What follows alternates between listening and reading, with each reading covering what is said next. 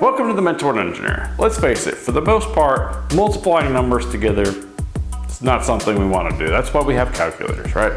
Well, multiplying numbers, in your head or on paper is an important skill to have. So I recently came across a method of multiplication called line multiplication. And I wanted to understand it, but I found some flaws in it, and I wanted to smooth over the process and make it a little less tedious to do, so it's even more fun.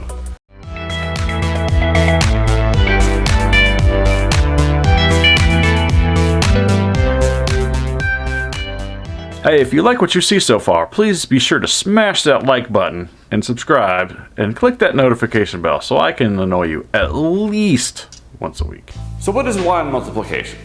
Line multiplication is drawing lines and finding out where they intersect and counting the intersections and then coming to a solution. So if we had two one-digit numbers, just say 2 times 6, I could draw 2 lines going horizontal and 6 lines going vertical and then count up all the intersections and I'd get the number 12.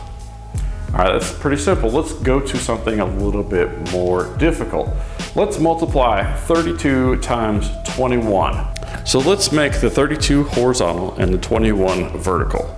We will then draw 3 vertical lines for the 3, 2 vertical lines for the 2, 2 horizontal lines for the 2, and 1 horizontal line for the 1. Now we're going to group all these intersections and label them as ones, tens, hundreds, thousands, 10,000s, etc. You get the idea. And what that's going to do is this is going to allow us to add up all the digits together individually using this method of line intersections. So what that's going to allow us to do is to replace complex multiplication with much simpler addition, and the only multiplication that we will use is that which we learned from our times tables. So in this example, we count up the bottom right hand corner, and those would be our ones column, and that is going to be 2. So our number is going to end in 2. So now what we're going to do is we're going to add the top right and the bottom left groups together, and that will form our tens group. So this will be 4 plus 3 in our tens group. And then finally in our hundredths group is the top left. That is going to be 6. All right, so we're going to add these together and we're going to put, hundredths, then tens, then ones. It'll be 6 and then 4 plus 3 and then 2. So our answer will be 672. And that'll be much easier than trying to multiply this out as you would do in a more traditional math problem like this. So there's 3 main complications with this method. First of all, how do you draw a line of 0? So I've seen some people use a different color line or a thicker line or a thinner line to indicate that it is a 0 line. But then you're still drawing something and calculating. The next problem is what happens when you have numbers that add up to more than 9 for any given column. We need to be able to process those. And finally, and this is the most tedious one, is when I multiply 8 times 9, I don't want to draw 8 lines one way and 9 lines the other way. I know that 8 times 9 is 72. So I looked at this and I was like, this is a cool idea, but it needs to be improved upon to simplify it and make it even cooler than it was before.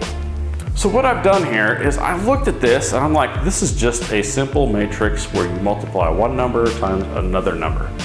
And we put it in its spot in the matrix. So when I say matrix, don't get all scared. It's essentially a table of where we multiply the numbers together and put them in their spots. And you'll be able to see when we lay them out here that 32 times 21, we get all those digits, and instead of counting lines, we just got the result from simple multiplication. So let's move on to a larger problem that will solve 2 of the 3 issues that I just mentioned. This problem will be 92 times 36. All right, we have 9 and 6. That's more lines than I want to draw, and I know that they're going to intersect 54 times because 9 times 6 is 54. So we're going to have a 2 by 2 matrix simply because each of our digits are 2. If we had a 3 by 2 matrix, we would have 3 by 2 matrix, with the 3 being across the top. So let's go ahead and multiply this out to fill our matrix up. In the top left, we're going to have 27. Top right is going to be 6. Bottom left is going to be 54. And the bottom right is going to be 12. All right, so our ones digit is going to be the 2 and 12, but we got to bring the 1 down with it. So we're going to write 12 on our bottom line here. Above the 1 in 12, we're going to put our 6. And above that, we're going to put 54 such that the 4 lines up with the 6. Above the 5, we're going to put the 7 in 27. Now we can add this up and we're going to come up with 3,312 as our answer.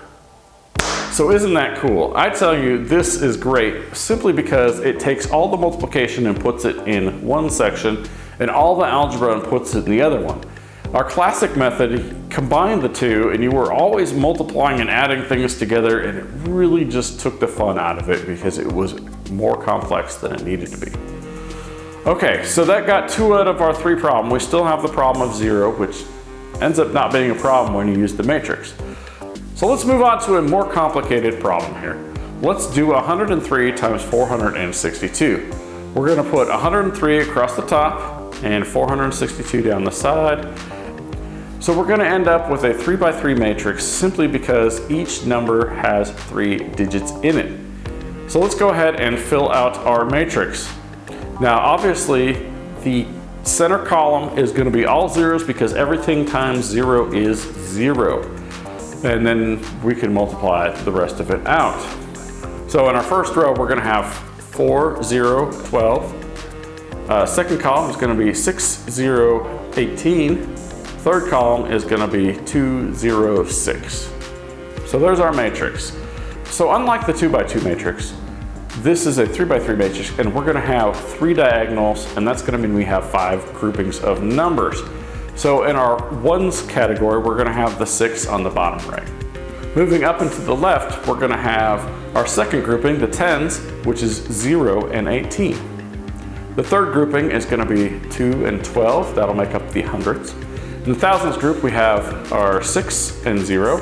And then in our 10,000s group, we're going to have 4. So let's go ahead and add these together. And the bottom right, we're going to have 6. And since there's no digit carrying over, we can actually add the 18 right in front of that. So we'll end up with 186 at the bottom. So in the hundreds group, we're going to add that right above the 1 in 186. So the 12 will have the 2 right over the 1. And then we will also add the 2 right above the 2 and 12. In our thousands group, we have 6, and that needs to add up with the 1 in 12, and we can actually write it in front of the 2 that is above it. And then finally, in our 10,000s group, we have a 4, and we can actually write that right in front of that 6 that we just wrote. So we can add that together, and we end up with 47,586. So if that doesn't get you dancing in the aisles, I don't know what will. All right, I understand, I'm a math nerd. So I'm actually going to incorporate this into the homeschooling of my children and just to show them that there are multiple ways to multiply numbers together. And this one I find to be very easy. So I'm very interested in hearing your comments on this. Please put them below and be sure to like, share, and subscribe because it helps the channel grow and this can get out to more people. Thank you for watching.